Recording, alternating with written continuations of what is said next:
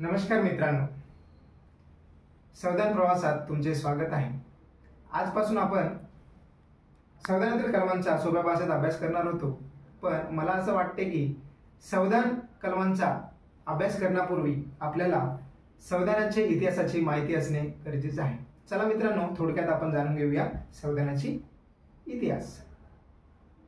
तर मित्रांनो, भारतावर ब्रिटिशांची राजवट होती आणि इंग्रजांचं सगळं काही नियंत्रण भारतावर चालू होतं।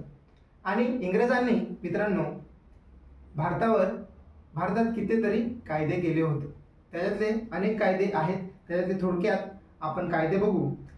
1773 चा रेग्युलेटिंग ऍक्ट, 1861 चा इंडियन काउन्सिल ऍक्ट आणि 1935 चा गव्हर्नमेंट ऑफ इंडिया ऍक्ट।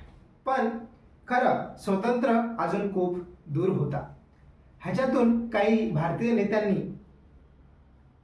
विचार केला आणि त्यातूनच जन्माला आला संविधान सभा।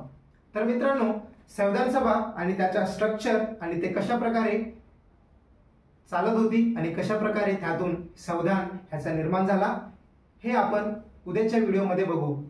आज इथेच थांबतो। जय हिंद, जय संविधान।